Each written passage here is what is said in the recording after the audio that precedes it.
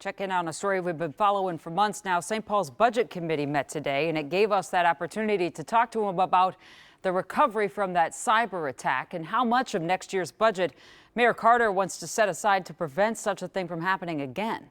Here's Ian.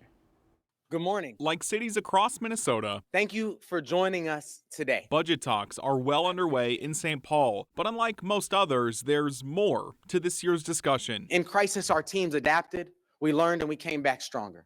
This budget turns that resilience into momentum. A cyber attack in July targeted city systems. Mayor Melvin Carter confirmed in August that the attack stole 43 gigabytes of data, mainly from the Parks and Rec Department. Instead of demonstrating what they had, decided to end the conversation, which was an indication to us that they may not have thought that they had much by way of value. City websites say St. Paul is still working on systems restoration, and as part of that budget, This budget invests $1 million to finish the job. additional money is proposed to shore things up. The proposed 2026 budget for St. Paul is just under $900 million.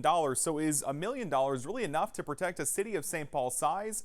Cybersecurity experts say it's complicated. And I think a reasonable amount of money can be spent to keep something like this from happening again. Cybersecurity expert Bryce Austin says he'd like to see several million more invested for cybersecurity, but admits there's really never a perfect solution. Is it always going to be? It doesn't matter how much you spend, there's always problems that could pop up. You can't reduce your risk to zero. You need to get your risk to a level that is secure enough for the risk tolerance of the group in question. As the budget talks continue, so too does the recovery after the attack, a long process over the next few months on both fronts. Normally it does take a few months, and we are less than 3 months into this. They should be on the tail end of the remediation.